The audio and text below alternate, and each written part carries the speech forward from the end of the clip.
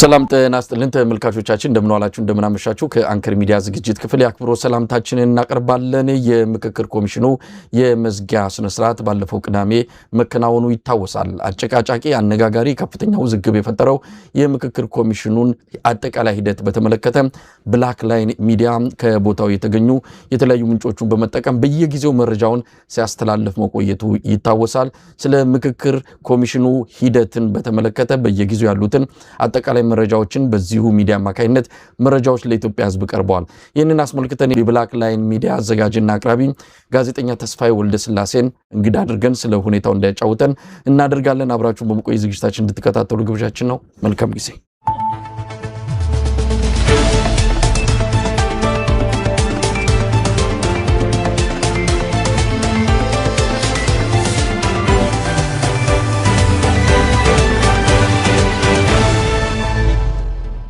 ተናስተልን ጋዜጠኛ ተስፋዬ እድሜ ይስጥልኝ መሳይ እንዴት አለ እንግዲህ ብላክ ላይን ሚዲያ እና አንከር ሚዲያ ጎን ለጎን ሆነው የወቅቱን ሁኔታ በተለይም ከምክክር ኮሚሽኑ አንፃር ያለውን አጠቃላይ ሂደት ልንገመግመው ነው በተለያዩ መልኩ እንገናኛለን ዛሬ ደግሞ እንደዚሁ ፊት ለፊት ተመልካቾች ቀርበናል ተስፋዬ ትልቅ ስራ ነው በአንተም በሚዲያም በኩል የተሰራው እውነት ለመናገር ምክክር ኮሚሽኑ ሂደቱን በተመለከተ ከጀርባ ያሉትን አጠቃላይ ነገሮችን እግር በእግር እየተከታተለ የሚያቀርብልህ የመረጃ ምንጭ ነበር በዛ ማካይነት ብዙ ነገሮችን ስንሰማ ነበር እንደው ከአጠቃላይ ከምልመላው ሂደት ጀምሮ ምን ይመስል ነበር 4000 ሰዎች ተመርጠው ገብተዋል 4-5 ሳምንት ቆይተዋል ብዙ ነገሮችን ስንሰማ ነበርና እስቲ ከምልመላው ሂደት ጀምሮ የነበረው ነገር በተመለከተ የመረጃ ምንጭ ምን መረጃዎችን ሲያጋራ ነበር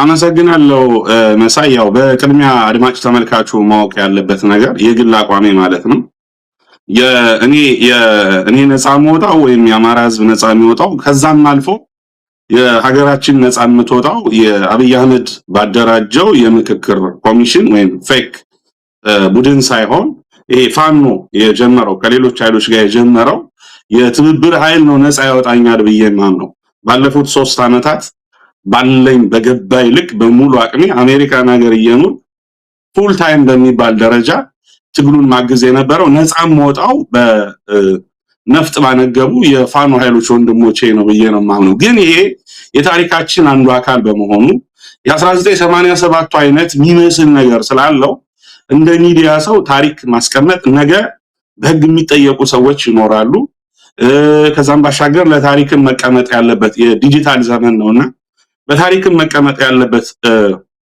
ትልቅ ክስተት በመሆኑ ያው ወደ መጨረሻው ሰዓት ላይ ጉዳዩን ባንክሮ እከታተል ነበርና እንደ ተስፋዬ ወልደስላሴ ወይም እንደ ብላክ ላይን መውጫ መንገዳችን ፋኖ ነው የሚለውን አድማጭ ተመልካቹ እንዲዜን ግን ወደፊት ለፍትህና ተጠያቂነት መምጣቱ ስለማይቀር የሀገር ሀብት የመዘበሩ በህዝባችን ላይ የተጫወቱ ሰዎች እነማን ናቸው ሂደቱ ምን ይመስላል ያንን ነገር ማጋለጥ ስላለብን ነው የሚለውን ቀድሜ ማንሳት ፈልጋለሁ መሳያችን ተስፋ የተወሰነ ብንቆይ ምክንያቱም እኛም በዚህ ጉዳይ ላይ ለዚህ የምክክር ሂደት ዕውቅና መስጠት አያስፈልግም የብልጽግና ተውኔት ነው በጨረሻ ላይ ደግሞ ከብልጽግናም አንደኛው የኦህዴድ ብልጽግና ድራማ ነው እዚህ ላይ አብረን ወጥመድ ውስጥ ገብተን አብረን ማራገብና ለዚህም ትኩረት ሰጥተን ህዝብን ማወናበድ ማደናገር የለብንም የሚል አቋም አለን እንዳልከው ግን በዚህ ሂደት ውስጥ እነሱ ባስቀመጡት ሂደት ውስጥም የመጣ ነገር አለ አንዳንድ ጊዜ ሳታስበው ስርዓቱ በራሱ እጅ በራሱ መድረክ የሚዝረከረክበት በራሱ በተኮሰው የሚመታበት ነገሮች ስለመጡ ያንን ይዘን ለመግባት ያህል እንዳልከው በተወሰነ ደረጃ በታሪክም ማህደር ውስጥ እንዲቀመጥም ስለተፈለገ እንጂ ከዚህ ሂደት ኢትዮጵያ ታተርፋለች የሚል ቅንጣት ታክል እምነትም አልነበረንምና ይሄ ነገር እንዳልከውም ለታሪክ መቀመጥ አለበት የባከነው ሀብት ቀላል አይደለም መሳይ እንግዲህ 4 አመት ነው ከ10 ቢሊዮን ብር በላይ ነው አጠቃላይ እንደባከነ እየተነገረ ያለውና ይሄ 10 ቢሊዮን ብር እንግዲህ ለ10 ከተሞች የንጹህ መጠጥ ውሃ ሊገነባ የሚችል ትልቅ በጣም ትልቅ ገንዘብ ነው ህዝባችን ያለበት ሁኔታ ይታወቃል ከተማው በጣም መጠነ ሰፊ ረሃብ ነው ያለና የባከነው ሀብት ቀላል አይደለም ነው ወደ ጉዳዩ እንግባ የምልመላው ሂደት ምን ይመስላል ነው የምልመላው ተነነሻው ምልመላው ችግር ነበረበት ትክክለኛ ሰዎች እንግዲህ መረጃውን ወደ 4-5 ተሳታፊዎች መካከል የተሻለ ግንዛቤ ያላቸው ሰዎች መካከል ነው መረጃውን ያገኘሁት ዝም ብዬ ይሄ መደበኛ ተሳታፊዎች አይደሉም። በደንብ ንቃት ያላቸው የተማሩ አጠቃላይ ሂደቱን የሚገነዘቡ የሚረዱ ሰዎች ጋር 4 ሰዎች ጋር ነው መረጃውን ያገኘሁት። በምልመላው ሂደት ምልመላው ችግር ነበረበት። ትክክለኛ ሰዎች አይደሉም የተመረጡት። እኔ ባገኘሁት መረጃ ኮሚሽኑ ሁሉንም አካታች ነው ይላል። በራሱ መንገድ ከማህበራት፣ ከአደረጃጀቶች፣ ከተለያዩ ፓርቲዎች ሁሉንም ያማከለ ነገር አካትቻለሁ ነው የሚለው ኮሚሽኑ። ፕራክቲካሊ ሲገባ ግን የተመለመሉ ሰዎች ትክክለኛ ሰዎች አይደሉም። እንደምታውቀው እንግዲህ 8ቱ አጀንዳ ሲቀረጽ በእነሱ ሐሳብ ሀገር የሚያድን ወይም ሀገሪቱን ወደ ሰላማዊ መንገድ ሊመራ ይችላል በሚል ነው አጀንዳው የተቀረጸው። በ8ቱ አጀንዳዎች ጉዳይ ላይ የተሻለ እውቀት፣ የተሻለ ግንዛቤ፣ የተሻለ አረዳድ ያላቸው ሰዎች ናቸው መካተት አለባቸው ብዬ የማምነውና 8ቱን አጀንዳዎች ለመረዳት እውቀት ያስፈልጋል መሳይ። በጣም ትልልቅ አጀንዳዎች የሀገሪቱን መጻኢ ዕድል የሚወስኑ ቀጣይ አቅጣጫዎቻችንን የሚጠቁሙ በጣም ትልልቅ አጀንዳዎች ናቸው የተቀረጹት። ነገር ግን የተመረጡት ሰዎች አጀንዳዎቹን የሚረዱ አብዛኞቹን ማለት ነው፣ ሁሉም እያልኩ አይደለም፣ አጀንዳውን በአግባቡ የሚረዱ ስለ አጀንዳው ምንነት እውቀት ያላቸው ሰዎች ሳይሆን የኮታ ጉዳይ ነው የተደረገው። ዝም ብሎ ነገርየው የስሙላ ስለሆነ ከተለያየ ስብጥር ከተለያየ ቡድን ብቻ ሰዎችን አካተትን በሚል የስብጥር አይነቱን ያዩት እንጂ ጥራቱ ላይ ብዙም አልተጨነቁምና ፕሮፌሰር መስፍን አርአያ በዚህ ሂደት መሳይ ማንበብ መጻፍ የማይችሉ ሰዎች ተካተዋል። እኔ አሁን መሳይም ተስፋይም ጋዜጠኞች ነን፣ አክቲቪስቶች አይደለም፣ ኃላፊነት የሚሰማን ሰዎች ነን። ከዚህ በፊት ሜንስትሪም ሚዲያ ላይ የሰራች ሰዎች ነን። አሁን የመጠቃቃት ስርዓቱን ስለማንደግፍ የመጠቃቃት ሳይሆን እዚህ ጋር የታሪክ ምስክርነት ነው። ይህንን ፕሮግራም አንከር ሚዲያን እንግዲህ ተሳታፊዎችን የሚያዳምጡታል፣ ያዩናል፣ ይታዘቡናል ብዬ አስባለሁ። የሶሻል ሚዲያ ዘመን ነው። ወጣው ሊሞግቱ ይችላሉ ስህተት ወይም የተዛባ መረጃ አስተላልፌ ከሆነ። ግን ጋዜጠኞች ነን፣ የሙያ ኃላፊነት አለብን። ሙያችን እንወዳለን፣ ሙያችን እናከብራለን። ትክክለኛውን ነገር ነው እኔ ለታሪክም ለወደፊት ለህግም ማስቀምጠው። ማንበብ መጻፍ የማይችሉ ሰዎች ተካተዋል መሳይ። ነገር ላሳመድ ምናምን አይደለም።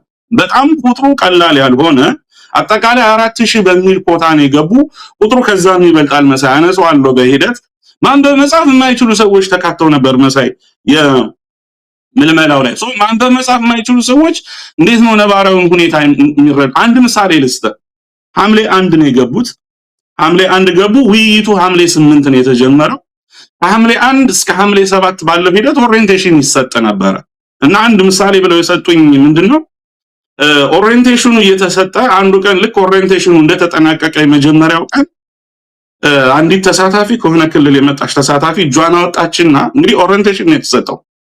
አሁን የነገራችሁንን ነገር በሙሉ በጽሁፍ ስጡንና እኔ አገር ቤት ተመልሼ ሄጄ እኔ አካባቢ ያለው ማህበረሰብ ኮፒ አድርጌ ጽሁፉን ልስጣቸውና ላስረዳቸው የሚል ጥያቄ ያነሳች አሉኝና እንዲህ አይነት ግንዛቤ ያላቸው ሰዎች ናቸው። ገና እኮ ውይይቱ አልተጀመረም መሳይ፣ ኦሪየንቴሽን ነው የተሰጠው። እንዴት አካሄዱ ምን መምሰል እንዳለበት ቀጣይ ሂደቶችን ያስረዷቸውና ስለ ኦሪየንቴሽን ግንዛቤ የሌላቸው ተሳታፊዎች እዚህ መድረኩ ላይ ነበሩ ነውና የተመለመሉ ሰዎች በተገቢው መስፈርት የተመለመሉ ሰዎች አይደሉም። ከቀረቡ አጀንዳዎች ከዓላማው ትልቅነት ሀገራዊ የምክክር ኮሚሽን ብለ ማንበብ መጻፍ የማይችሉ ስለ አጠቃላይ ስለ 8ቱ አጀንዳዎች ግንዛቤ የሌላቸው ሰዎች በቀላሉ መጠምዘዝ የሚችሉ መሳይ፣ በቀላሉ መጠምዘዝ የሚችሉ ትንሽ መደለያ ብትሰጣቸው በመደለያ መደለል የሚችሉ ሰዎች፣ ቴክኖሎጂ መጠቀም የማይችሉ ቴክኖሎጂውን ጠቅላላ መጠቀም የማይችሉ ተሳታፊዎች ነበሩ። አዲስ አበባ ስለተገኙ ብቻ ፊታቸው የሆነ ደስታቸው ፊታቸው ላይ የሚነበብ ተሳታፊዎች ነበሩ መሳይ። አይተው ስለማያውቁ አዲስ ስለሆነ ትልልቅ የስብሰባ አዳራሾች ውስጥ ተሳትፎ ስለማያውቁ ሴሚናር አይተው ስለማያውቁ እዛ ቦታ ላይ መገኘታቸው ራሳቸውን እንደ ትልቅ ነገር አድርገው መደሰታቸው ፊታቸው ላይ ይታይ ነበር ይሉኛል መሳይና አይተው የሚያውቁ ሰዎች አይደሉም ተሰብሳቢዎቹ። እንዲህ አይነት ማለት ግንዛቤው ያላቸውን ሰዎች አይደለም የመረጡ። በክልል ደረጃ በ3 ቀን ውስጥ ነው መሳይ መርጠው የጨረሱት። እንግዲህ 4 ዓመት የወሰደ ሂደት ነው የተባለው። አጠቃላይ ሂደቱ በ3 ቀን በክልል ደረጃ በ3 ቀን መልምለው ነው የመጡ። አጠቃላይ ቀደም ብዬ እንደገለጽኩልህ 4000 ተሳታፊ ተብሎ ነው የተገለጸው። ግን በመሃል የኦህዴድ ሰዎች ለዓላማቸው ማለት እንደ አጀንዳው ሁኔታ በየዕለቱ አጠቃላይ 35 ቀን ነው ውይይቱ የፈጀው። ተሳታፊዎቹ ከ40 ቀን በላይ እዛ ቢቀመጡም 35 ቀን የወሰደው ኦህዴዶቹ በየዕለቱ ስብሰባ ያደርጉ ስለነበር በሂደቱ መጣለው በየዕለቱ ስብሰባ ያደርጉ ስለነበር አጀንዳው ዘመን ያለ ከመሰላቸው በፈለጉት መንገድ ካልሄደ መታወቂያ አላቸው ማን እንደሚያትመው ምናምን በቀጣይ ይመጣለው እሱን አይዲ እየታደለ በርካታ ሰው ይገባ ነበርና የተሳታፊው ቁጥር ከ4000 ከፍ ይል ነበር ነው። በዚህ ሂደት ምናልባት ተስፋዬ ወደ ኋላ ልመልስና ድልድሉ ወይም ደግሞ ከየክልሉ ከየከተማ አስተዳደሩ ሲመለመሉ የፓርቲ ሰዎች ናቸው ወይስ ከሀገር ሽማግሌ እንደሚሉት ነው? እንደሰማነው ከሆነ በእያንዳንዱ ክልል ከፓርቲ አመራር ወይም ደጋፊ ወይም ደግሞ አባላት ከእንደነዚህ አይነት ሰዎች ናቸው ምልመላው የተካሄደው። ስለዚህ ብልጽግና ለብልጽግና የመከረበት ተብሎ ሲገለጽም አንድም ድልድሉ ወይም ደግሞ ምልመላው ቀጥታ የፓርቲ ሰዎች ወይም ደጋፊዎች ጋር ያተኮረ ስለነበረ ነው የሚል ነገር አለ። እንደው ይሄን ነገር መረጃ ምንጮች ነግረውሃል? በጣም ጥሩ ጥያቄ ነው ያነሳልኝ። አዎ መረጃውን ሰጥተውኛል፣ አነሳዋለሁ። መሰረታዊ ጥያቄ ነው የጠየቀው የተሰብሳቢዎቹን ማንነት ስለሚያሳይ ማለት ነው። በወረዳ ደረጃ ነው ድልድል ተሰጥቷል የተባለው። ያው እንደ ክልል ነው ፋይናል ይዘውት የመጡ። አማራ ክልል 390 ተሳታፊዎች ተብሎ ነው የመጣው። እንደው የሁለቱም ክልሎች ነው በአንጻራዊነት ማነሳው። አማራ ክልል 390፣ ኦሮሚያ 540 ወኪሎች ነው የገቡ። በመጀመሪያው ቁጥር 4000 በሚባለው ኮታ ማለት ነው። በመካከል የ150 ሰው ልዩነት አለ በሁለቱ ክልሎች መካከል ማለት ነው። አማራ ክልልን እንግዲህ ወክለው የገቡ እነማን ናቸው ነው ከዚህ ውስጥ ማነሳው። አማራ ከ390 ውስጥ አማራ ክልልን ወክለው የገቡ ሰዎች የክልሉን አጠቃላይ ይሄ መዋቅራዊ አደረጃጀት የማይቀበሉ በርካታ ሰዎች አሉ። በውስጡ በርካታ ክልል መከፈል ወሎ ክልል መሆን አለበት የሚሉ ይሄ ቅማንት ጋር በተያያዘ ጥያቄ የሚያነሱ አገው ክልል መሆን አለበት የሚሉ እንዲህ አይነት የአጠቃላይ የአማራ ክልል አስተዳደር መዋቅሩ ላይ ጥያቄ ያላቸው እጅግ በርካታ ሰዎች ተሳትፈዋል በዚህ ውይይቱ ላይና በትክክል የአማራን ህዝብ ጥያቄ አንግበው የገቡ ሰዎች ቁጥራቸው ከ390 በጣም የተመናመነ መሆኑን አድማጭ ተመልካቹ ግንዛቤ እንዲኖረው ነው። የአማራ ክልልን ወክለው ገብተው የሚያነሷቸው የነበሩ ጥያቄዎች መሳይ ለምሳሌ የክልሉ ስያሜ ይቀየር የሚል ጥያቄ የሚያነሱ ቡድኖች ነበሩ። እዚሁ አማራ ክልልን ወክለው ገብተው እኮ ሰሜን ምዕራብ ኢትዮጵያ ተብሎ ይጠቀስ ደቡብ ላይ እንደሚጠቀሰው አደረጃጀት ማለት ነው። አማራ መባል የለበትም የሚሉ የአማራን ህዝብ ወክለው የገቡ ተወያዮች ነበሩ። እንግዲህ በስያሜው አማራ ክልል በሚለው ስያሜ እንኳን ችግር ያለባቸው የማይስማሙ ተወያዮች ናቸው። የአማራን ህዝብ ወክለው ዛጋ የገቡ ነው። ትግራይ ላይ የገባውን አስቂ ነገር ልንገርና ወደ ጥያቄ እመጣለሁ። ትግራይ ክልል እንግዲህ ፕሮፌሰሩ እንደነገሩን ከ20 ጊዜ በላይ ተመላልሰን ትግራዮች በር ዘግተው አናዳምጥም፣ እንዲህ አይነት ፌክ ጨዋታ ውስጥ አንገባም። ያው ትናንት የህወሓት ሰዎች በ27 ዓመት ውስጥ ምን ይሰሩ እንደነበር ስለሚያውቁ እንዲህ አይነት ፌክ ጨዋታ ውስጥ አንገባም በሚል 20 ጊዜ አመላልሰው በራቸውን ዘግተዋል። የተደረገው ግን ምንድነው? አዲስ አበባ ላይ ታስታውሳለህ የተቃውሞ ሰልፍ ወጡ የትግራይ ብሔር ተወላጆች አዲስ አበባ ላይ መቀሌ ያለውን አስተዳደር ተቃውሞ። እዛ ሰልፈኛ ላይ 300 የሚሆኑ ሰዎችን ሰልፉ ላይ የተገኙ ሰዎችን እንዳለ ወስደው የምክክር ኮሚሽን ውስጥ ተወያይ እንዲሆኑ ነው ያደረጓቸው። የትግራይ ክልል የማያውቃቸው አዲስ አበባ የሚኖሩ የትግራይ ተወላጆች ትግራይን ወክለው ገቡ ማለት ነው። የኮታ ጉዳይ ነው። እነዚህ ሰዎች በትክክል እዛ የትግራይ ክልላዊ መንግስት መርጦ የላካቸው ሰዎች አይደሉም። ስርዓቱ በራሱ መንገድ አፍጥፎ የሰራቸው ሰዎች ናቸውና ባጅ ተዘጋጅቷል። ባጁን ያዘጋጀው ኢንሳ ነው መሳይ። ኢንሳ ነው ባጁን ያዘጋጀው። አንድ ተወያይ ለአንድ ተወያይ አንድ ባጅ ነው የሚሰጠው። ሁሉም ባጅ ያለው ተወያይ ነበረ መሳይ ለዓላማ ሁሉም ባጅ አለው። ምን አይነት ባጆች መሰሉ? ተወያይ የሚል ባጅ አለ፣ አወያይ የሚል ባጅ አለ፣ ድጋፍ ሰጪ የሚል ባጅ አለ።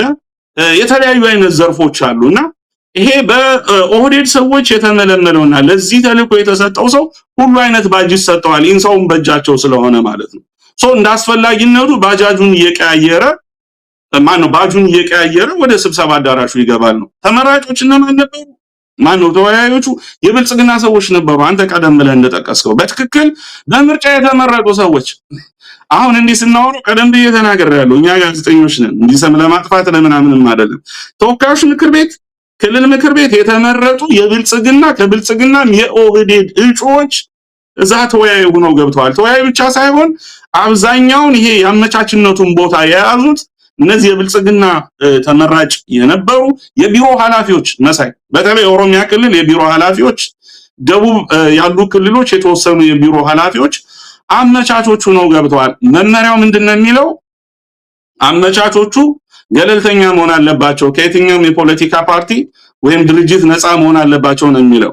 ነገር ግን በምክር ቤት ደረጃ በተወካዮች ምክር ቤት ደረጃ ተመርጠው ለቀጣይ አሁን ምክር ቤት የሚገቡ ሰዎች ሳይቀር በአወያይነትና በአመቻችነት የተቀመጡበት የምክክር ኮሚሽን የነበረው በጣም ፌክ ስራ ነው ሲሰራ የነበረው።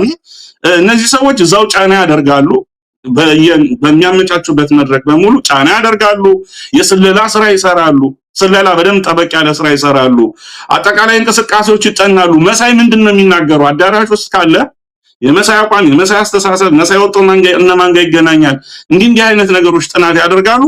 መድረኩ በሚፈልጉት መንገድ ኦዲቶች በሚፈልጉት መንገድ የማይሄድ ከሆነ እነዚህ አመቻቾቹ ሼፕ ያደርጉታልና እዛ ቡድኑን ወክለው የገቡ ሰዎች በተለይ ኦዲት ያሰማራቸው የራሱ ምክር ቤት የገቡትን የቢሮ ኃላፊዎችን ሳይቀር በአመቻችነት አስገብቷል መሳይና አጠቃላይ ይሄ የምልመላ መስፈርቱ ጤነኛ አልነበረም ምደባው የሚል መረጃ ነው ያለኝ። እንግዲህ ተስፋዬ እውነት ለመናገር ይሄን በተመለከተ በተለያዩ ጊዜያት ያቀረብናቸው ዜናዎች ፕሮግራሞችም አንታውን ከምትለው ጋር በደንብ የተገናኙና አንድ አይነት መሆናቸውን ነው ተመልካቾችን መረዳት የሚችሉት። እንግዲህ ወደ ድልድሉን እንምጣ። አዲስ አበባ መጡ። ከዛ 4000 ተባለ። አጀንዳዎች 8 አጀንዳዎች ናቸው። ክፍፍል ነበር። በወቅቱ በነበረን መረጃ ለምሳሌ ኢትዮጵያ ኦርቶዶክስ ተዋሕዶ ቤተክርስቲያን ጠቅላይ ቤተ ክህነትን ወክለው የሄዱ ሰዎች ስለ ሃይማኖት ጉዳዮች መነጋገር ሲገባቸው የተመደቡት ግን ሌላ አጀንዳ ላይ ነው፣ የአርብቶ አደር ምናምን የሚባል ላይ። ስለዚህ ድልድሉ እንዴት ነበር? አዲስ አበባ ከመጡ በኋላ እንዴት ነበር ድልድሉ ከአጀንዳዎቹ ጋር በተያያዘ? እንደጠቀስከው ነው መግቢያው ላይ የተለየ እንትን አይደለም ያለው። 4000 ሰው ቁጥሩ እንዳልኩ 4000 የሚል ተጠቀሰ እንጂ በየዕለቱ ቁጥሩ ከፍ ይጨምር ነበር። የአጀንዳዎች መዘበራረቅ ኦህዴዶች በሚፈልጉት መንገድ አልሄድም ብለው ካሰቡ አጀንዳው ላይ ይሄ ቀደም ብዬ እንደጠቀስኩልህ ያሰማሩት ኃይል አለ። በጣም በርካታ ቁጥር ያለው ኃይል ነው ያሰማሩ። የድጋፍ የሚሰጡ ልጆች እዛው ግቢ ውስጥ ውሃ የሚያቀርቡ ይሄ የበጎ አድራጎት ተብለው የገቡ ልጆች ማለት ነው። ውሃ የሚያቀርቡ፣ ምግብ የሚያቀርቡ፣ ማይክ የሚያቀብሉ ይሄ ጋውን ለብሰው የገቡ ልጆች ሳይቀር የደህንነት ስራ የሚሰሩ ልጆች ነበሩ። በኦህዴድ በኩል ተመልምለው በአግባቡ የገቡ ልጆች ናቸውና የቁጥሩ በጣም እንትን ይላል። 4000 ብቻ ተብሎ አይደለም መጠቀስ ያለበት፣ ይጨምር ነበረ በየጊዜው እንደ አጀንዳው መውጣትና መውረድ ማለት ነው። የቡድን ድልድሉ 4000 ሰው ለ8 ደለደል ነው ያሉት። 8 አጀንዳ ነው ያለው። አንድ ቡድን 500 ሰው ይይዛል። ድልድሉ እንዴት ተሰራ የሚል ጥያቄ የጠየቁ ልጆች በኦሪየንቴሽኑ ጊዜ ማለት ነው እና እነ ፕሮፌሰር መስፍናሪያ የሰጡት መልስ በኤአይ ነው ድልድሉን የሰራ ነው የሚል ምላሽ ነው የሰጡት። በኤአይ የተሰራ ድልድል ነው የሚሉ እንግዲህ በግልጽ አላሳዩዋቸውም። ኤአይ እንዴት ነው የሰራው፣ በምን መንገድ ነው የተሰራው፣ በግልጽነት የተቀመጠ ነገር የለም። ብቻ ምን ነግራችሁን ተቀበሉ ነው፣ በኤአይ ነው የደለደልናቸው የሚል ምላሽ ለሁሉም 4000ን ተሰብሳቢ መጀመሪያ ላይ ለነበረው አካል ሰጥተዋል። ከዛ በኋላ የሚፈልጉትን ሰው ወደሚፈልጉት አጀንዳ ነው በጀርባ ሰርተው የመጡት። መሳይ የሚፈለግበት ተልእኮ ተሰጥቶታል። እሱ የአዲስ አበባ ጉዳይ ላይ ገብቶ የተሰጠውን ተልእኮ እንዲያስፈጽም፣ ተስፋዬ ወልደስላሴ ተልእኮ ተሰጥቶታል። የፌደራሊዝም ጉዳይ ላይ ያን የተሰጠውን ተልእኮ እንዲያስፈጽም ተደልድለን አልቋል።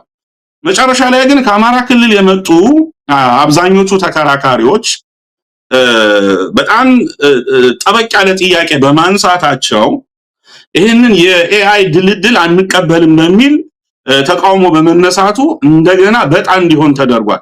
500 ሰው ከተደለደለ በኋላ አጀንዳዎቹ እናንተ በለፈለጋችሁት ቡድን ለቡድን 1 ይሄን ለቡድን 2 ይሄ ሳይሆን እዚሁ ፊት ለፊት እጣ ይመታና ለ8ቱ ቡድኖች አጀንዳዎቹ ይሰጥ የሚል በከፍተኛ ጭቅጭቅ ከአማራ ክልል የመጡ ተወካዮች አጀንዳውን አስቀየሩት። መጀመሪያ ኦህዴዶች ፕላን ባደረጉት አይደለም የሄደው በእጣ አጀንዳዎቹ ለእያንዳንዱ ለ8ቱም ቡድኖች 8ቱም አጀንዳ እንዲከፋፈል ተደረገ ማለት ነው። በዚህ ሂደት ኦህዴዶች በየቀኑ ስብሰባ ይቀመጡ ነበር። የየለቱን ኦህዴዶች በልዩነት ማለት ነው የኦህዴድን ወክለው የገቡ ወይም ከኦሮሚያ ክልል የመጡ ተወያዮች በሙሉ በየዕለቱ ውይይት ነበራቸው። ማታ ይሰበሰባሉ፣ የዕለቱ ውሎውን ይገመግማሉ።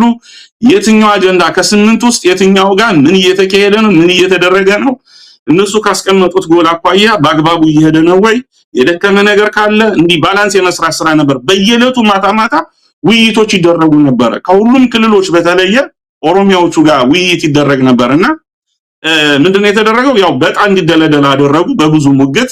ከመነሻው የኦህዴዶቹ ፕላን እንዲደናቀፍ ስለተደረገ በየዕለቱ እየተገናኙ ማከም መቻል ነበረባቸው። አንድ ቡድን በጣም እኮ ያሳዝናል መሳይ፣ አንድ ቡድን ለ35 ቀናት በአንድ አጀንዳ ብቻ ነው ሊወያይ የሚችለው። ቀደም ብለን አንስተናል የተወያዮቹን ማንነት፣ የትምህርት ደረጃ፣ የፖለቲካው የሚረዱበት ግንዛቤ፣ ይሄ ከቀበሌያቸው ውጪ ያለው የክልሉን ሁኔታ የማይረዱ፣ ሀገራዊውን ጉዳይ የማይረዱ፣ የምስራቅ አፍሪካ ፖለቲካን ወቅታዊ ሁኔታ የማይረዱ፣ ዓለም ዛሬ እንዴት ወዳደረች የሚለውን ነገር የማይረዱ በርካታ ተወያዮች ነው እዚህ ውስጥ ያሉን። በአንድ አጀንዳ ላይ 35 ቀን አንድ ቡድን እንዲወያይ ተደርጓል። ሌላ ሁለተኛ አጀንዳ ማንሳትም መንካትም መወያየትም ሀሳብ መስጠትም አይችልም። አንድ ተወያይ ቡድን አንድ የተሰጠው አጀንዳ አለ። በዛ በተሰጠው አጀንዳ ብቻ ነው ሊመክር የሚችለው። ይሄ ለቀሪው 7 አጀንዳ እሱን የሚመለከት አይደለም ነው። እዚህ ውስጥ እነ ፕሮፌሰር መሳይ ጥያቄ ቀርቦላቸው ነበረ። ለምንድን ነው አንድ ተወያይ አንድ ቡድን አንድ ጥያቄ ለ35 ቀን የሚወያይ ተብሎ ጥያቄ በይፋ ሲቀርብላቸው አይ ሳይንሳዊ አካሄድ ነው ይሄድን፣ ይሄን ፕሮፌሰሩ በአደባባይ ያሉት ነው። ሳይንሳዊ አካሄድ ነው ይሄ፣ ተቀበሉ፣ ሳይንስ ነው ይሄ። ለ35 ቀን አንድ ተወያይ አንድ አጀንዳ ላይ ነው የሚመክረው። አንተ ቀደም ብለህ እንዳነሳው የሃይማኖት አባቶች በፌደራሊዝም ጉዳይ ላይ ተደልድለው ስለ ፌደራሊዝም ይመክራሉ። የፌደራሊዝም ኤክስፐርት ወይም ፒኤችዲ ያለው ሰው በፌደራሊዝም ጉዳይ ላይ ከሚወያይ ይልቅ ሃይማኖታዊ ጉዳዮች ላይ ቁጭ ብሎ አስተያየት እንዲሰጥ፣ የፖለቲካ ፓርቲዎች በፖለቲካ ጉዳይ ላይ ከሚወያዩ ወይም በፖለቲካ ጉዳዮች ላይ ከሚደለደሉ ይልቅ ሙስናን በተመለከተ ይሄ ሙስና እንዴት ነው የሚጠፋው፣ ምን መደረግ ያለበት እንዲህ አይነት ውይይቶች ላይ እንዲጠመዱ ተደርጓል። ሰዎች የመጀመሪያ የምንመራው ችግር እንዳለ ሆኖ ከገቡም በኋላ ደግሞ በሚመለከታቸው ቦታ ላይ አይደለም የተደለደሉት። አንድ የሃይማኖት አባት፣ አንድ ቤተክርስቲያን አስተዳዳሪ፣ አንድ መለኩሴ ስለ ፌደራሊዝም ምንም ሐሳብ ሊሰጥ የሚችለው ሰው ሁሉ እኩል ዕውቀት አለው የሚል አረዳድ ነው ኮሚሽኑ ያለው። መሳይ ከተስፋዬ በአዲስ አበባ ጉዳይ፣ መሳይ ከተስፋዬ በሆነ ጉዳይ ላይ እኩል ዕውቀት ሊኖረን አይችልምና ኮሚሽኑ እኩል ናቸው የሰጠናችሁን አጀንዳ ብቻ ታራግባላችሁ ወይንም ትወያዩበታላችሁ የሚል ጠንከር ያለ አቋም የነበረውና አብዛኛው ሰው በእውቀቱ ልክ ባለው መረጃ ልክ ወይም ባክግራውንዱ ግምት ውስጥ ገብቶ ሳይሆን ኮሚሽኑ ዝም ብሎ በራሱ በገባው ልክ ነው ሰዎችን ብድግ አድርጎ የመዘነው። ኤአይ የሚለው እንትን እንዳለ በ500 አደረጉት። 500 ለሁለት ተከፍሎ 250 ሆነ። 250ው ለ5 ተከፍሎ በ50 የመጨረሻው መወያያ መድረክ 10 ሰዎች ናቸው መሳይ በአንድ ቡድን ውስጥ የሚገቡ 10 ሆነው ይገባሉ። አይተዋወቁም። መሳይ ማን ምንድነው ከተመሳሳይ ክልል መጣው አይተዋወቁም። እነዚህ ሰዎች የተደረገው ምንድነው አድማጭ ተመልካቹ በደንብ እንዳያውቀው ኋላ ላይ ለማነሳው ነገር ስለሚጠቅም ወዲያው እንደገቡ ተመራረጡ ተባለ። ምን አይነት ምርጫ? ሰብሳቢና ጸሐፊ ምረጡ ተባለ። እነዚህ ሰዎች አይተዋወቁም። 10ሩም ሰዎች ማን ምንድነው የትምህርት ደረጃው ምን እንደሚሰራ ይሄ አጠቃላይ ባክግራውንዱ አይተዋወቁም። ጸሐፊና ሰብሳቢ ምረጡ ተባለ። እዚህ ጋር ድራማ አለ። ድራማው ልነግርህ ነው። የተወሰነ ጭቅጭቅ ከተነሳ በኋላ የኦህዴድ ሰዎች ስምሪት የተሰጣቸው ስላሉ የተወሰኑት እኔ መሆን እችላለሁ፣ እኔ ጸሐፊ መሆን እችላለሁ ይላሉ። አብዛኛውን ከሰብሳቢነት ይልቅ የጸሐፊነቱን ቦታ ነው የያዙት። ቆይቼ አስረዳለሁ እንትኑን ምክንያቱም የጸሐፊነቱን ቦታ ነው የያዙት። እጃቸውን እያወጡ ነው የሚሉ አሉ። ሁለተኛው መንገድ ደግሞ ምንድነው የተደረገው? አንድ ቡድን ውስጥ እኔና መሳይ ካለን ኦህዴድ ምልመላ ላይ እንተዋወቃለን። አብረን ተልኮ ተሰጠን ነው ዛ ቡድን የገባ ነው። ካሰሩ እኔ እጄን አውጥቼ መሳይ ጸሐፊ ይሆንላለሁ። በሰው ሌላው አዲስ እንግዳ ስለሆነ 80% የሚሆነው አጠቃላይ ይሄ 10 የሚሆኑ ተወያዮች ጸሐፊዎቹ የኦህዴድ ብልጽግና ሰዎች ናቸው። ኦህዴድ ብልጽግናና ከአማራ ክልልም የተወሰነ ከደቡብም እንደዚህ የተወሰነ ዋነኛ ለስርዓቱ ያሸረገዱ ሰዎች ገብተዋል። ይሄ ምንድነው ነው ቁም ነገሩ? ይሄ ምንድነው? ከሰብሳቢነቱ ይልቅ ጸሐፊው ላይ ፎከስ የተደረገበት ዋነኛው ምክንያት መስፈርት የለውም። ቀደም ብዬ እንደጠቀስኩት በራሳቸው ዝም ብለው ነው ተመራረጡ የተባለው። ማን ምንድነው የሚታወቅ ነገር የለም። ሞጁል ተሰጥቷቸዋል። ሞጁሉ መሪ ጥያቄዎች አሏቸው ለተወያዩ። መሳይ ለምሳሌ በአዲስ አበባ ጉዳይ ከሆነ አንድ ተወያይ ሆነ ገብተህ ስለ አዲስ አበባ የሚሰማህን ብቻ ጻፍ ነው የምትባለው። ውስጥ ያለውን ነገር በሙሉ አውጣና ጻፍ ትባላለህ። ስም አይጻፍም። አዲስ አበባ ጉዳይ መሳይ መኮንን የሚሰማውን ይቸከችካል። ፋይናሊ ሲጨርስ ምንድነው የሚያደርገው? ክፍል ውስጥ ቴብል አለ። ቴብል ላይ ወስዶ ያስቀምጣል። ሁሉም ተሰብሳቢ ዛጋ ያስቀምጣል። ማን ምን ጻፈ የሚታወቅ ነገር የለም፣ ስም ስለማይጠቀስ ማለት ነው። መጨረሻ ከአጀንዳ ውጭ መጻፍ አትችልም። የተሰጠ የአዲስ አበባ ጉዳይ ነው። ለስምንቱም ቡድኖች የየራሳቸው አጀንዳ ማለት ነው። በተሰጠ አጀንዳ ላይ ብቻ ትጽፋለህ። የጸሐፊው ስራ ምንድነው ማለት ነው? ያንን እየለቀመ ይጽፋል። ስለዚህ እዚህ ጋር 80% የብልጽግና ሰው ነው ጸሐፊዎች ቦታውን የያዙት ብያለሁ። እንግዲህ በራሳቸው በሚፈልጉት መንገድ በተሰጣቸው ኦሪየንቴሽን መሰረት አጀንዳው ምን ያደርጉታል ማለት ነው። አጀንዳው ላይ እነሱ በተሰጣቸው መሰረት ያንን ነገር ያሰፍሩታል፣ ይጽፉታል ነው። የዩኒቨርሲቲ በጣም የሚገርምህ የ500ዎቹ አወያዮች እነዚህ አመቻቾቹ የሚባሉት ከዩኒቨርሲቲ ሄዱ ናቸው። መሳይ ከዩኒቨርሲቲ ሄዱ ገለልተኛ የሚባሉ ናቸው። ነገር ግን የተወሰነ የገለልተኛ የሆኑ ሰዎች ገብተዋል። አብዛኞቹ ለምሳሌ ከደቡብ ክልል ያሉ ዩኒቨርሲቲዎች ላይ የመጣ የዩኒቨርሲቲ ተወካይ ሰው የደቡብ ክልል ተወካይ ይመስለዋል። የኦሮሞ ብሔር ተወላጆች በዩኒቨርሲቲው ያሉ አብዛኛው ተመርጠው መጥተዋል። ለዚህ ፐርፐዝ ተመርጠው ማለት ነው። ጋዜጠኛ ነኝ፣ ሐቁን ነው ማስቀምጠው ነኝ። ከ500 ተወያዮቹ መካከል አመቻቾቹ አብዛኛዎቹ ገለልተኛ የሚል ስም ቢኖራቸው የዳቦ ስም ዋነኛ የሥርዓቱ ደጋፊዎችና ከሥርዓቱም ደግሞ የኦሮሞ ብሔር ተወላጆች ናቸውና ጸሐፊዎቹ ከተሰጣቸው ተልዕኮ አኳያ ተሰብሳቢው የሚያነሳው የሚጽፈው የሚሰጠው ሐሳብ አለ። እነሱ የተሰጣቸውን ተልዕኮ ይዘው በአግባቡ ያረቃሉ ነው። ከታች አንድ ጸሐፊ አለ። ወደ 50ው ሲሄዱ ከአምስቱ ቡድኖች አንዳንድ ሰው ይሄድና ለ50ው ተወያይ 25 ጸሐፊዎች አሉ። እንግዲህ 80% ጸሐፊዎች የኦህዴድ ብልጽግና ሰዎች ናቸው ብያለሁ። ከ50ዎቹ ተወያዮች ውስጥ 5ቱ ጸሐፊዎች ይኖራሉ። ወደ 250 ሲሄዱ 5 ከ5 ቡድን 25 ጸሐፊዎች ይኖራሉ። እንግዲህ ምን ያክል ተጽዕኖ እንዳለው አስብ። ወደ 500 ሲመጡ የመጨረሻው ወደ 500 ሲመጡ 25 ከሁለቱ 50 ይሆናል። ነገር ግን 20ውን ሰው ይቀንሱና ለ500 ተወያይ 30 ጸሐፊ ነው የነበረው መሳይና 80% የራሳቸው ሰዎች ናቸው። እዚህ ጋር አንድ የሰሩትን ፌክ ልንገርህና ይሄኛውን አጀንዳ እንዝጋው። ለምሳሌ አጀንዳው ሲረቀቅ የሀገሪቱ በፓርላሜንታሪ አካሄድ ትሂድ ወይንስ በፕሬዝዳንታዊ ትሂድ የሚል ሐሳቦች ተነሱና ከ10 ቡድኖች ከ500 ነው ማወራ ከ10 ቡድኖች ውስጥ 8ቱ ቡድን ሀገሪቱ በፌደራሊዝም ስርዓት ነው መመራት ያለበት ማነው በፓርላሜንታዊ ስርዓት ነው መመራት ያለባት የሚል አቋም ያራምዳሉ። በፓርላሜንታዊ ስርዓት ከሁለቱ ቡድኖች ውስጥ ሁለት ግለሰቦች ግን ተልዕኮ የተሰጣቸው ሁለት ግለሰቦች ከየ50 ማለት ነው። በ500 ስር 10 ቡድን አለ 50 8ቱ ቡድን የፌደራሊዝም ስርዓት ነው መከተል ያለብን ይላል።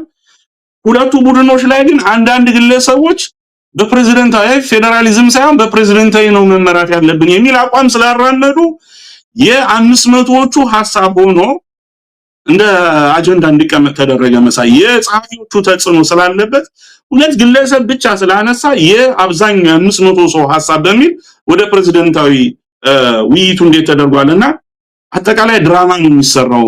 መሳይ ድልድል ውስጥ እዚህ ጋር ምንድነው የመጀመሪያው ሐሳብ የነበረው ከ500 ተወያዮች ውስጥ 75 ከመቶ የድምጽ ብልጫ ካገኘ ውሳኔ ይሆናል ነው የሚለው። መሳይ እዚህ ጋር አድማጭ ተመልካቹ አንከር ሚዲያ አድማጭ ተመልካቹ በደንብ ማወቅ ያለበት 500 ተወያይ ላይ አንድ ጉዳይ 75% ድምጽ ብልጫ ካገኘ ውሳኔ ይሆናል ነው የሚለው። ምክረ ሐሳብ ምናምን የሚባል ነገር የለም። የመጀመሪያው ንግና መመሪያ ነው የምነግርህ። ውሳኔ ይሆናል ይላል። ነገር ግን ቀደም ብዬ እንደተጠቀስኩት አጀንዳው ለሚፈልጉት ሰው በሚፈልጉት መንገድ ስላልሄደላቸው ምን አደረጉት? አዲስ መመሪያ መጡና ምክረ ሐሳብ ነው መሆን ያለበት ውሳኔ አይሆንም ተባለ። አዲስ ህግ መጣ። ይሄ ሌላ ውዝግብ ያስከተለ እንትን ነው። በዚህ ሂደት ምን አመጡ? ቅርቃር ውስጥ የሚገቡ አጀንዳዎች፣ የሚያጨቃጭቁ ማያግባቡ አጀንዳዎች ካሉ የሚፈታ የሽማግሌ ቡድን ይመረጥ ተባለ። 120 ሰዎች አሉበት የሽማግሌ ቡድን ይመረጥ። እንግዲህ ሽምግልና ያው እኛ የምናውቀው ሀገራችን ሰው ሲጋጭ ወይ በድንበር አለመግባባት ሲፈጠር ብቻ በተለያየ መንገድ ነው። ለምክክር ብለው ገብተው አለመግባባቶች ቢፈጠሩ የሚያሸማግሉ አካላት በሚል 120 ሰዎች ያሉበት ቡድን ተመረጠ። አሁን እዚህም ጋር ያመራረጡ ችግር አለበት መሳይ። ከአንድ ቡድን 15 ሰው ይመረጥ የሚል ግሩፕ አለ። ኖ በቡድን ሳይሆን 8 ቡድን 15 ሲባዛ 120 ይመጣል በ8። ሁለተኛው ቡድን ደግሞ ምን የሚል ሐሳብ አለው? ኖ በቡድን ሳይሆን በክልል ይሁን፣ የክልል ተወካዮች 15 ሰዎች ነው መግባት ያለባቸው የሚል ቡድን አለ።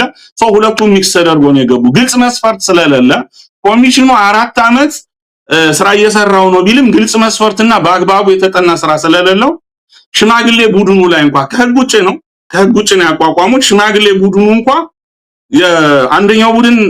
አንደኛው ቡድን ላይ የተመረጡ ሰዎች በቡድን 15 ናቸው። አንደኛው ቡድን ላይ ደግሞ ክልልን ወክለው በማለት በክልል ደረጃ ተመርጦ የመጡ ሰዎች ናቸው። እዚህ ውስጥ የክልል ርዕሳነ መስተዳድሮችና ከፍተኛ አመራሮችም አሉ።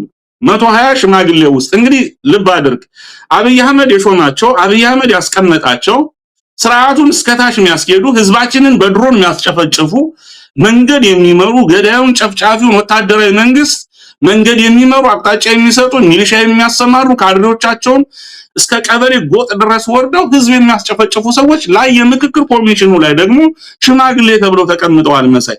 ቢሮ ኃላፊዎች ማነው ርዕሰ መስተዳድሮቹ አረጋ ከበደሽ፣ መልስ አብዲሳ ወደ ኋላ ቆየት ብዬ እመጣበታለሁ። እነዚህ ሰዎች ዋነኛው የሽምግልና ቡድን ውስጥ እንዲቀመጡ ተደረገ ማለት ነው። እንግዲህ 120 ሰዎች ናቸው። 4000 ሰው ያልተግባባበትን አጀንዳ እነዚህ 120 ሰዎች ቁጭ ብለው ተወያይተው ለአጠቃላይ ለ4000 ያቀርባሉ። እነዚህ 120 ሰዎች ለስብሰባ ተቀመጡ መሳይ። ለስብሰባ ተቀመጡና በስምንቱም አጀንዳ ላይ ተወያዩ፣ ተነጋገሩ። የነሱ የ120 ሰዎች አቋም እንግዲህ ቀደም ብዬ ጠቅሼዋለሁ። አብይ ያስቀመጣቸው ባለስልጣናት አብዛኞቹ ርዕሳነ መስተዳድሮቹ እና ዳነችን ጨምሮ የተወያዩበት 120ዎቹ የተወያዩበት ሐሳብ ለ4000 ሰው እንዲቀርብ ተደረገ። መጨረሻ ላይ መሳይ በጭብጨባ 4000 እነዚህ 120 ሰዎች ያቀረቡት አጀንዳ ይጽደቅ ተብሎ ሐሳቡ ቀረበ። ወደ 4000 ሰዎች ሄደ። ይሄ እንግዲህ የክልል ጉባኤ ነው ተብሎ ስያሜ የተሰጠው። ቅርቃራ የገቡ አጀንዳዎችን ይወያያል፣ ይመክራል በሚል ነው የሄደው። መጨረሻ ላይ ግን 8ቱንም አጀንዳ ተነጋግሮ ወደ 4000 ሰዎች ይዞ ይሄድና በጭብጨባ ይጸድቃል የሚል ሐሳብ ነው የቀረበው። በማግስቱ የ4000 ሰው ተጠርቶ እነዚህ 120 ሰዎች ያቀረቡት ሐሳብ ይቀርብና በጭብጨባ ይጸድቃል የሚል ውይይትም ተሳታፊው አይፈቀድለትም። አንድ ተወያይ ለአንድ አጀንዳ ብቻ ነው ቀደም ብዬ እንደጠቀስኩት 35 ቀን መነጋገር የሚችለው። ሌሎች 7 አጀንዳዎች እሱን የሚመለከቱ አይደሉም፣ የሌላ ቡድን ስራዎች ናቸው። ለ8 የተከፈለ ነው። እንግዲህ እነዚህ 120 ሰዎች በ8ቱ ጉዳይ ላይ ተወያዩና በማግስቱ ለ4000 ሰዎች ቀርቦ በጭብጨባ ይጸድቃል ነበረ ሐሳቡ። ኋላ በማግስቱ ያ ስብሰባ ሲጠበቅ ኦሮሚያ ክልል ቅሬታ አለኝ የሚል ቅሬታ አቀረበ ተባለ መሳይ። በማግስቱ ቅሬታ አለኝ ሲል በመመሪያው መሰረት የምክክር ኮሚሽኑ መመሪያ 3 ክልሎች ቅሬታ ካቀረቡ አጀንዳው እንደገና ይታያል ነው የሚለው። 3 መሆን መቻል አለባቸው ክልሎቹ። እዚህ ጋር ግን ኦሮሚያ ሽመልስ አብዲሳ እሱ ቅሬታ ስላቀረበ መመሪያ ተሽሮ አጀንዳ እንደገና ይታይ ተባለ። በምን? በአዲስ አበባ ጉዳይ መመሪያው ተሽሮ እንደገና ይታይ ተባለ። እንግዲህ የምክክር ኮሚሽኑ ከነችግሩ ቀደም ብለን መግቢያ ላይ አንተ ምንም እንዳነሳ ነው ከነችግሩ እንዳለ ሆኖ የምክክር ኮሚሽኑ ላወጣው ህግ እንኳን የሚገዛ አይደለም። 3 ክልሎች መመሪያውን ማለት በአዲስ አበባ ጉዳይ ቅሬታ ካላቸው አጀንዳው እንደገና ይታይ ብለው 3 ክልሎች ካመለከቱ አጀንዳው እንደገና ይነሳል ነው መመሪያው የሚለው። ነገር ግን የሽመልስ አብዲሳ ክልል ስላቀረበ አንድ ክልል ያው ኦሮሚያ በመሆኑ አጀንዳው እንደገና ለውይይት ይቅረብ በሚል ሐሳብ ተነሳ። የክልል ጉባኤዎቹ ማለት የክልል ጉባኤ ተብለው የሚጠሩ ሰዎች እንግዲህ ስራቸውን ጨርሰው ተበትኗል ተብሎ ነበረ። ከዛ እንደገና ኦሮሚያ ጥያቄ ስላስነሳ አሁንም ለውይይት ይቀመጡ ተባለ። እነዚህ 120 ሰዎች ማለት ነው። 120 ሰዎች የኦሮሚያን ጥያቄ ምክንያት በማድረግ እንደገና ቅርቃር ውስጥ የገባ አጀንዳ በሚል በአዲስ አበባ ጉዳይ ብቻ ማለት ነው በአዲስ አበባ ጉዳይ ብቻ ለስብሰባ ተቀመጡ። በዚህ ሂደት የአማራ ክልል ተወካዮችና የተወሰኑ የደቡብ ምዕራብ ኢትዮጵያ ክልል ተወካዮች እኛ አንሰበሰብም ጨርሰናል፣ ምክንያቱም መመሪያ ተጥሷል። መመሪያው የተጣሰ ምንድነው? አንድ ክልል ሳይሆን ሶስት ክልል አቤቱታ ወደ እሱ ሂደት እንመጣለን። ሂደቱን በተመለከተ የአስተራቂ ሽማግሌ እንዴት ነው የተቋቋመው? ምን ሲያደርግ ነበር? የክልል ፕሬዝዳንቶች ምን አሉ የሚለውን እንመጣበታለን። እውነት ለመናገር ቀደም ሲል ያነሳው አንድ ሐሳብ አለ። የግብር ይውጣ ስራ ይመስላል እንደው ታስቦበት አንድ ሀገር 130 ሚሊዮን በጣም ዘርፈ ብዙ ችግር ያለባት በዘመናት የተጠራቀሙ የተለያዩ ኢኮኖሚያዊ፣ ማህበራዊ፣ ፖለቲካዊ ፈተናዎችን ከፊቷ የተደቀኑ ምክክር ስትቀመጥ ምን አይነት ምክክር ነው የሚለውን እንደው አንዳንድ ባለሙያዎች ሲገልጹት ፈጽሞ ፌዝ የመሰለ ቧልት የመሰለ ነገር ካልሆነ በስተቀር የሚገናኝም አይደለም። በጣም ዝቅተኛ የሆነውን እንኳን መስፈርት የሚያሟላ ሂደት አልነበረም ብለው ይገልጻሉ። እንደተባለውም እንዳየነውም ፌክ ነው። አብዛኛው ነገር ዝም ብሎ የግብር ይውጣ ነው። አንዳንድ ጊዜ ኮሚሽነሮቹ ራሳቸው እርስ በርስ አልተግባቡም። አንዳንድ ነገሮች ላይ ሆድና ጀርባ ሆነው የሄዱበት ሂደት አለ። ያው የደህንነት ኃይሉ መሃላቸው ገብቶ በእጅ እየጠመዘዘ በኋላ ላይ እናነሳዋለን። የኮሚሽነሩ ዋናው ኮሚሽነር ፕሮፌሰር መስፍን አራያ እንዴት ነው በዚህ ሂደት ውስጥ ያሉት? በምን ወደ አሜሪካ መጡ? እንዴት ተመለሱ? በመጨረሻው መድረኩ ላይ እንዴት ተገኙ? ውስጥ አዋቂ ምንጮች ብዙ ነገር ነግረውናል። ለማንኛውም አጠቃላይ ሂደቱ ትክክለኛ እንዳልነበረ፣ የጥድፊያ እንደነበረ፣ ለአንድ የፖለቲካ ተልኮ ብቻ ታስቦ የተካሄደ እንደሆነ እንረዳለን። እስቲ ከዛ በኋላ ሂደቱ እንግዲህ ይህንን ለተመልካቾች እያቀረብክ ያለው በተከታታይ በብላክ ላይን ሚዲያ ላይ ከዛ ውስጥ አዋቂዎችን በድምጽ ጭምር ድምጻቸውን ቀይረ ማንነታቸው እንዳይታወቅ አድርገ መረጃውን ከፈረሱ አፍ ነው ለተመልካች ስታቀርብ የነበረው። ያንን መነሻ አድርገ ነው ለኛም ማብራሪያ እየሰጠህ የምትገኘው። ምን ነበር ሂደቱ? ተካሄደ እንግዲህ ቀደም ሲል የጀመርከው እንድትቀጥል ነው። የሽማግሌዎች ቡድን የሚባል መጣ። ከዛ በኋላ 50 500 ቁጥሩ ራሱ በጣም አደናጋሪ ነው። አንዴ 500 አንዴ 50 አንዴ 10 250 ለምንሰማው ራሱ በደንብ ጉዳዩን ለምንከታተለው ራሱ በጣም አደናጋሪ ነበር። ተስፋዬ ያ 120ዎቹ የሚባሉት ጨርሰዋል፣ ተበትነዋል፣ ከህግ ውጭ ነው፣ ከዚህ በኋላ መሰብሰብ የለባቸውም የሚል ጥያቄ አለ። ከመነሻው አጀንዳው ልክ አይደለም። 3 ክልሎች አልጠየቁም፣ ኦሮሚያ ብቻ ነው የጠየቀው። ቀጥሎ ደግሞ ይሄ 120 የሚባለው ሽማግሌ ቡድን ስራውን ጨርሷል። መጀመሪያም ከህግ ውጭ ነው የተቋቋመው፣ ከሆነም በኋላ ደግሞ ስራውን ጨርሷል፣ ድጋሚ መምጣት የለበትም የሚል የተወሰኑ አብዛኛው የአማራ ክልል ተወያዮች አዳራሹን ረግጠው ወጡ። 120ው ቲም ግን ውይይቱን ቀጠለ ነው። እዚህ እንግዲህ እነዚህ ሽማግሌ ቡድኖች ያው ቀደም ብዬ መግቢያ ላይ እንደጠቀስኩት አንድም ነገ ፍትህ ስለሚመጣ ለፍትህ ተጠያቂነት፣ ሁለቱም ደግሞ ለታሪክ መቀመጥ ስላለበት እንደ ሚዲያ ሰው እንደ ጋዜጠኛ ሐቁን ነው የምንናገረውና አንድ አጀንዳ በአዲስ አበባ ጉዳይ ላይ ነው። ርዕሳነ መስተዳድሮቹ ናቸው ንግግር ያደረጉት። የመጀመሪያው ንግግር አድራጊ አቶ ደስታ ዴላሞ ናቸው። የሲዳማ ክልል ርዕሰ መስተዳድሩ ናቸው። እንግዲህ እሳቸው የመጀመሪያ ተናጋሪ ናቸው። ማይኩን ከተቀበሉ በኋላ አዲስ አበባ የኦሮሚያ መቀመጫነት ማለት በህገ መንግስቱ ይካተት አይካተት የሚል ክርክር ነው የተነሳው። አዲስ አበባ የኦሮሚያ መቀመጫ ሆኖ በህገ መንግስቱ መካተት አለበት የሚል ቲም አለ። ሌላኛው ደግሞ አብዛኛው ተወያይ አዲስ አበባ የፌደራሉ መቀመጫ ናት፣ ከዛም ባሻገር ደግሞ አዲስ አበባ ራሷን በራሷ የቻለች ክልል ነው መሆን ያለባት እንጂ የኦሮሚያ ክልል መቀመጫ መሆን የለባትም የሚል አከራካሪ ቅርቃር ተብሎ ነው ይህ አጀንዳ የቀረበውና አቶ የሲዳማ ክልል ርዕሰ መስተዳድሩ አቶ ደስታ ዴላሞ አዲስ አበባ የኦሮሚያ ክልል መቀመጫ ሆና በህገ መንግስቱ ይካተትላቸው በሚል ቃል በቃል ማይኩን ይዞ 120 ሰዎች ባሉበት መድረክ ላይ ነው ንግግር ያደረገው። መሳይ የመጀመሪያው ተናጋሪ እሱ ነው። አዲስ አበባ ለኦሮሚያ ክልል መቀመጫ መሆን መቻል አለባት፣ ይህም በህገ መንግስቱ መስፈር አለባት አለ የሲዳማው ርዕሰ መስተዳደር። ቀጥሎ የመጣው የደቡብ ምዕራብ ኢትዮጵያ ክልል ርዕሰ መስተዳደር ሁለተኛ ተናጋሪ ማይኩን ወሰደና የአቶ ደስታ ዴላሞን ሐሳብ እንዳለ 100% ኮፒ ፔስት አድርጎ አቀረበ። ሶስተኛ የመጣው ሙስጦፌ መሐመድ ነው፣ የሶማሌ ክልል ርዕሰ መስተዳደር። ያው የመጀመሪያው አካባቢ ላይ አደናጋሪ ነበር ሰውየው። ሶሻል ሚዲያ ላይ ረጅም ዓመት የኖረ ሰው በመሆኑ የተወሰነ ድጋፍ ለማግኘት ሞክሮ ነበር ሶሻል ሚዲያው ላይ። ሙስጦፌ ማይኩን ወሰደ። ሶስተኛ ተናጋሪ እሱ ነው። ሙስጦፌው ዳይቭ አልገባም ወደ ጉዳዩ። ሲዞር ቆየና ያው የኦሮሚያ ባለፉት 30 ዓመታት የኦሮሚያ ክልል አብዛኞቹ ቢሮዎች የርዕሰ መስተዳድሩን ጨምሮ አዲስ አበባን የሚገኙና ፕራክቲካሊ ስራው እየተሰራ ነው።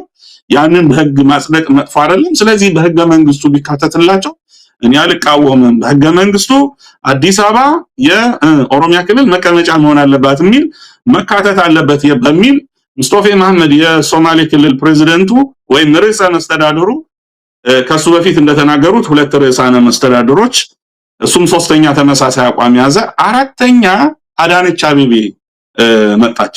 አዳነች አቤቤ አራተኛ ማይክ ተቀባይ ነች።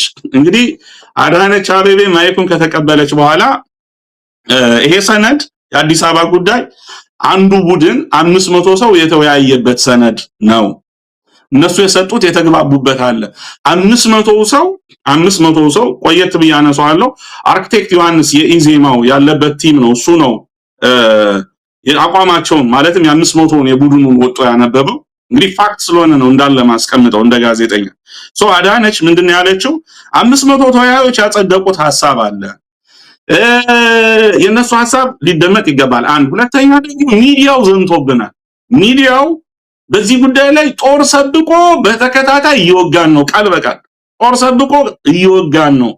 ስለዚህ በጣም አጣብቂኝ ነገሮች ስላሉ እንዲያው ይሄ አጀንዳ ፀሐይ ቢመታው ይዋል ይደር ጊዜ ይውሰድ አጀንዳው ፓርክ ይደረግ ነው። 7ቱ አጀንዳዎች ብቻ ውይይት ይደረግባቸውና ይጽደቁ። ይሄ 8ኛው ግን ይቆይ ይቅር እንደማለት ነው። ያ ማለት ፕራክቲካሊ እኛ እየሰራን ስለሆነ እዛ ጋር ሰፈረም አልሰፈረም ብዙ ጉዳይ አይደለም ነው። ወይንም ደግሞ ትምሪት የተሰጠቻቸውን ሰዎች አሉ። ከሷ በፊት 3 ሰዎች ተናገሩላት እኮ የሷ ታዛዦች የሷ ሎሌዎች አዲስ አበባ ላይ ከፈረደ ቦታው ላይ መቀጠል እንደማይችል የሚያውቀው ርዕሰ መስተዳድር በሙሉ ሐሳብ ሰጥቷል። እንግዲህ እሷ ስማርት ወይ መጫወቷ ነው መሳይና ፓርክ ይደረጋለች። ይህንን ሐሳብ አንጸባረቀች። ቀጠለና የአማራ ክልል ተወካይ አረጋ ከበደ ንግግር አደረገ። አረጋ ያው ክልሉ የአማራ ክልልን መምራት ተቸግረናል። ብዙዎቻችሁ እንደምታውቁት ጦርነት ላይ ነው ያለነው። ህዝባችንን ጀርባውን እየሰጠን ነው። በዚህ ሰዓት አዲስ አበባን በህገ መንግስቱ መሰረት ለኦሮሚያ ትሁን ማለት እኛ ክልል ላይ የባሰ ህዝቡን እንደገና ማሸፈት ነው የሚሆነው። አንችለውም፣ አንቋቋሙም። ስለዚህ አጀንዳው ፓርክ ይደረግ። ክብርት አዳነች እንዳሉት ነው ያለው። ክብርት አዳነች እንዳሉት አጀንዳው ፓርክ ይደረግ በእና በ7ቱ ጉዳዮች ይሄዱ አለ። ዛት ሚንስ ያው ፕራክቲካሊ ቀደም ብዬ እንደጠቀስኩት ፕራክቲካሊ አዲስ አበባን ይሄ የመዋጡን ስራ እያጠናቀቁ ስለሆነ በመዋቅር ደረጃ እዚህ ጋር ተጻፈ አልተጻፈ ብዙ ጉዳይ አይደለም ነው። አረጋ አዳነችን ሐሳብ ደገመ። 5ኛ የመጣው ሰው እሱ አረጋ ነው። 6ኛ ላይ ማን መጣ? የድሬዳዋው ከንቲባ መጣ። የድሬዳዋው ከንቲባ መጣ። ከድር ጁሃር መሰለኝ የሚባለው እሱ መጣ። የድሬዳዋው ከንቲባ ብዙ አወራና አቋም ሳይዝ ይሁንም አይሆንም የሚል ነገር አቋም ሳይዝ ንግግሩን ብቻ አሳምሮ አጠናቀቀ ነው ያሉኝ የመረጃ ምንጮች። በውይይቱ ከመጀመሪያዎቹ 6 ተሳታፊዎች የመጀመሪያዎቹ 3ቱ አዲስ አበባ በህገ መንግስቱ መካተት አለበት የኦሮሚያ ያሉ፣ አዳነችና አረጋ ተመሳሳይ አቋም ያዙ። ፓርቲ ደረይ ከድር ጁሃር ምንም አቋም ሳይዝ ዝም ብሎ ንግግር አላረገም ብቻ እንዳይባል የማሸማገል የሚመስል ንግግር እንዳደረገ ነው የተነገረኝ። 7ኛ ላይ ማን መጣ? ጌዲዮን ጢሞቴዎስ መጣ። ጌዲዮን ጢሞቴዎስ እንግዲህ ይህንን ህግ ለማስፈጸም የህግ ማስፈጸሚያዎች ያስፈልጋሉ የሚል ቴክኒካል የህግ ነገሮች አውርቶ አቅጣጫ የሚመስል ነገር ሰጠ። ከሱ ቀጥሎ አስገራሚ ሰው መጣ። አቶ እንደሻው ጣሰው የሚባል 8ኛው ተናጋሪ አቶ እንደሻው ጣሰው የሚባል የማዕከላዊ ኢትዮጵያ ክልል ርዕሰ መስተዳድር መሳይ አቶ እንደሻው ጣሰው 8ኛ ተናጋሪ ሆነ። መጀመሪያ ላይ ያው እንደ ካድሪ ሲዞር ቆየና ወደ መጨረሻ አካባቢ 500 ተመካካሪዎቹ ያጸደቁት ሐሳብ እንዳለ መግባት አለበት። ዛት ሚንስ አዲስ አበባ የፌደራሉ መቀመጫ ሆና በራሷን የቻለች ክልል ሆና በራሷ መተዳደር አለባት ነው። 500 ተወያዮቹ ያጸደቁት ሐሳብ እንዳለ መካተት አለበት። ነገር ግን ኦሮሚያም ጥያቄ ስላለው የኦሮሚያም ቅሬታ አብሮ ይካተት የሚል በልዩነት ብቸኛው ሰው ሆኖ ቀረበ መሳይ። አቶ እንደሻው ጣሰው የሚባል የማዕከላዊ ኢትዮጵያ ክልል